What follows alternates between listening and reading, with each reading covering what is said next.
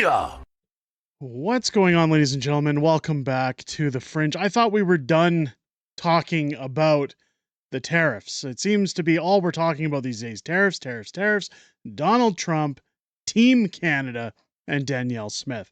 I have to keep mentioning the whole Team Canada thing because it's what's being used by the Liberal Party of Canada. I've referred to it before in other videos that this is the same as during the pandemic. The whole we're all in it together. We've all got each other's backs, ladies and gentlemen. It's the same thing that's being driven into people's heads. Now I know I keep saying it, but the reason is to point out the hypocrisy of what they're doing, what they're talking about, the Team Canada approach. It isn't Team Canada. We're going to get into that.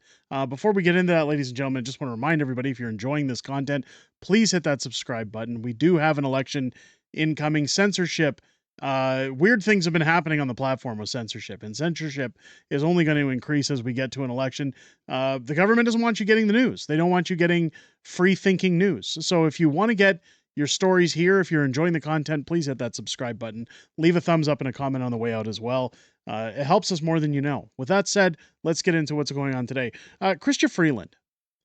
I have many questions as to why she's even running against Mark Carney in the next in the Liberal leadership race. She walked away from Justin Trudeau on a day where she was supposed to unveil the results of Canada's budget. She was supposed to post a deficit, saying that we wouldn't go off the rails. We went, as Pierre said, over the cliff and down into the bottom of a pit. Doubled what she guaranteed we would not go over. Now she walked away, left the Liberals, and then immediately started to say, well, Justin Trudeau and I have been at ends for a long time. I don't agree with everything he does. We all know the story. But now she goes, and we said it from day one, this was nothing more than a push to announce her candidacy to run and replace Justin. But now you see the twitchy witch of the WEF hanging out on CBC, of course, because she wouldn't sit down with a regular radio station. In fact, I've reached out to her office and said if she'd really like to resonate with changing people's minds about why they should vote for her, she should come on this channel. Or another one, I think it'd be pure entertainment. I'm not here to actually entertain Chrystia Freeland or think that what she says has any relevance. But I'd certainly like to argue her talking points, because one thing she does here, and it's one thing that we've pointed out, is that Mark Carney is the godfather to one of her children. So they're tied together. Why is she running against Mark Carney? Well, she's not. Here's a tweet showing Freeland told the CBC that she thinks Carney is the Prime Minister's office choice. So before we even get into this election, she's saying he's the choice. It is certainly looking like Mark is the choice of the Liberal establishment. It is certainly looking like he is the PMO's candidate. So with that, he's their candidate of choice. He's the one who's going to take the Liberal leadership. I mean, this face says it all, doesn't it? Rosemary Barton. I'm sure we'll get flagged for that. If that audio gets muted, then you know that the CBC claimed copyright. Essentially, she if it does get muted, she claims that Mark Carney is the choice. He's the so why are you running? Why are you spending $350,000 to run? This is what I've been saying from day one, that this entire leadership race that Justin Trudeau claims is robust is nothing more than a softball for Mark Carney. They're all conceding to Mark Carney before they even get in. Here's what Chrystia Freeland is now talking about. And here's where this whole story got brought up, is that her plan, and it's the same as Mark Carney's, it's the same as, like Pierre says, they're all Justin. This is her plan to protect our economy from Donald Trump.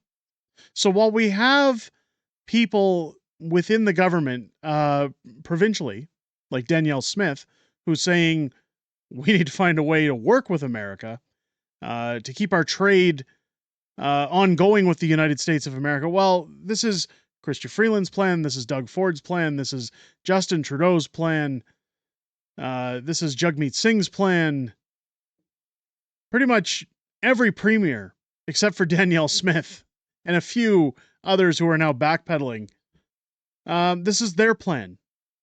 Crystia Freeland's / Justin Trudeau's plan to protect our economy from Trump immediately publish a detailed dollar-for-dollar retaliation list for consultation. Because going dollar for dollar with the United States is going to make things easier, right?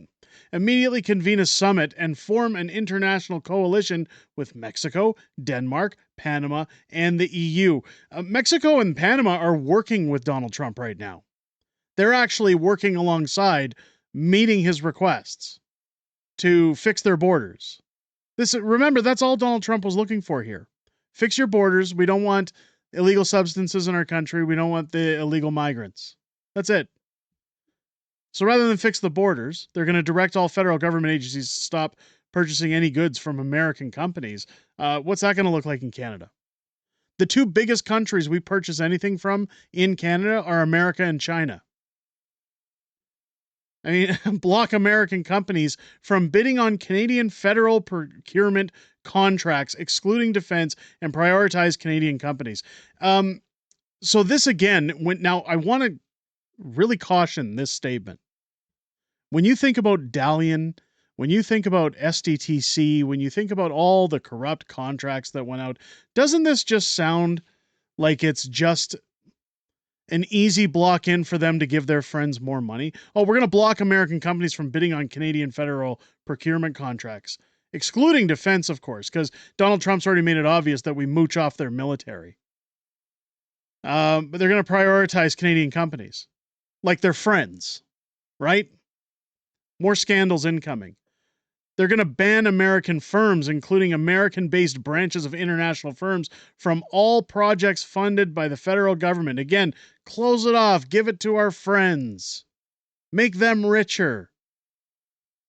They're going to defend Canada's cultural sector and artists from Donald Trump's billionaire buddies. I love how that's the end of the plan. This isn't a plan. This is a roadmap to economic devastation, far beyond, by the way, what they've done over the last 10 years to Canada. Anybody who thinks Chrystia Freeland or Justin Trudeau or Jagmeet Singh have the best interests in Canada's economy at heart, think again. This is not Team Canada. This tweet sums it up, what it actually is. A reminder that Justin Trudeau said he was going to resign and then shut down Parliament. He's now leading Team Canada, in quotes, in an aggressive approach towards a trade war with Trump, a war we cannot win. Liberal Party of Canada, Conservative Party of Canada, and the NDP support this. Team Canada? No. Team WEF versus Team USA. That's what this is. They want this trade war. They want it. Donald Trump wants to drain the swamp. Donald Trump wants things to get better in America. And Canada says, nah, Biden's gone. We know daddy's home. He's taken off his belt, but we're just going to take our ball and go home. We're going to go to war with Donald Trump because it doesn't affect us. It doesn't affect our accounts because we're elites. We're rich elites, mafia-style government. We run Canada like our own personal corporation. It's going to affect the common workers. It's going to affect jobs. It's going to affect people's ability to afford their bills. And guess what comes after that, ladies and gentlemen? Universal basic income, more DEI, you'll own nothing and be happy, eat the bugs, you know the usual rhetoric. This is all part of the plan. Thank God. Let's put a positive spin on this. Thank God we have Danielle Smith defending Canada, standing up for Canada. People say she's not. People like that clearly don't understand what's going on here. Her quote says, best friends shouldn't move in together, but we sure should be working and partnering together to strengthen North American security, achieve energy dominance, and economic prosperity. I spoke with News Nation today to reach an American audience and reiterate Alberta's position when it comes to tariffs and border security. Watch the interview below. So again, I'm not going to play the entire interview, but this soundbite from Danielle pretty much says it all. Try and see if you can spot the difference between Danielle's approach and Chrystia Freeland's Team Canada approach. Let's take a look here. Well, do you think that Trump should acquire Greenland and Canada? I think we want to continue to be best friends with the United States. There's a phrase that best friends shouldn't move in together. We have a very strong long-term relationship with the United States. It's been tariff-free for much of it in the last number of decades. We know that we support the Americans in their aspiration for energy dominance, which is connected to national security. Part of the reason why the Americans have been able to export so much oil internationally to achieve their targets and achieve their the support of their allies is because Canada backfills. We have a heavy oil that goes into U.S. refineries to keep prices low for American consumers, and then that allows the Americans to export their product around the world. You make the same case on all the critical minerals. I mean, we're watching as China is trying to to cut off the critical mineral supply chain to the United States for germanium and gallium and antimony. We've got all of that in Canada.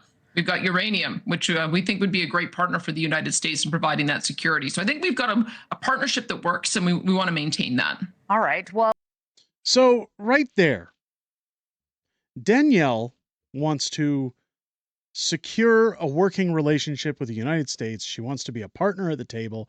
She's brought up many, many products that we can invest in together and build a stronger trade partnership with the United States with. Wouldn't that be so much better than Chrystia Freeland's idea, than Justin Trudeau's idea, than Jagmeet Singh's idea, than all of these premiers' ideas of just, now let's pull liquor off the shelves, let's stop producing or trading American products or bringing them into the country. Let's give contracts to our friends, because that's worked out so well for Canada.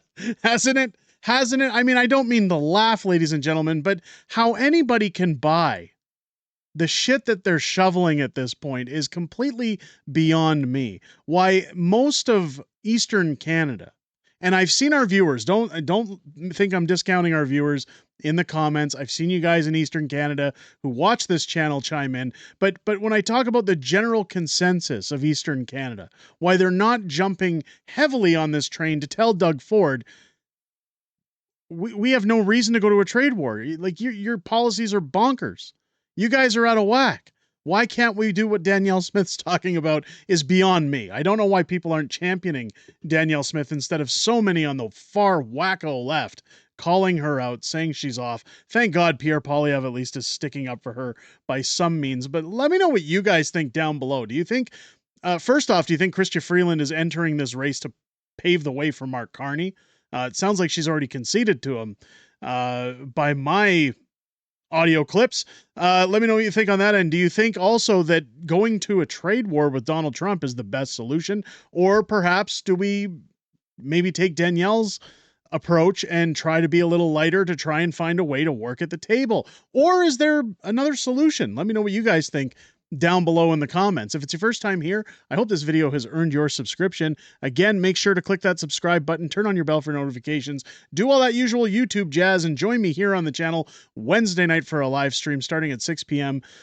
Pacific, 8 p.m. Central for our Wednesday night kind of midweek stream. And then also join me Friday night for Friday Night Fringe, our live streaming main weekly show where I sit down with the beautiful Mrs. Fringe and we go over everything that's happened this week in Canadian politics, everything that's coming up in the week ahead that we're aware of, and some back and forth within our community. It's always great to hang out and hear what you guys have to say in those streams outside of making these videos.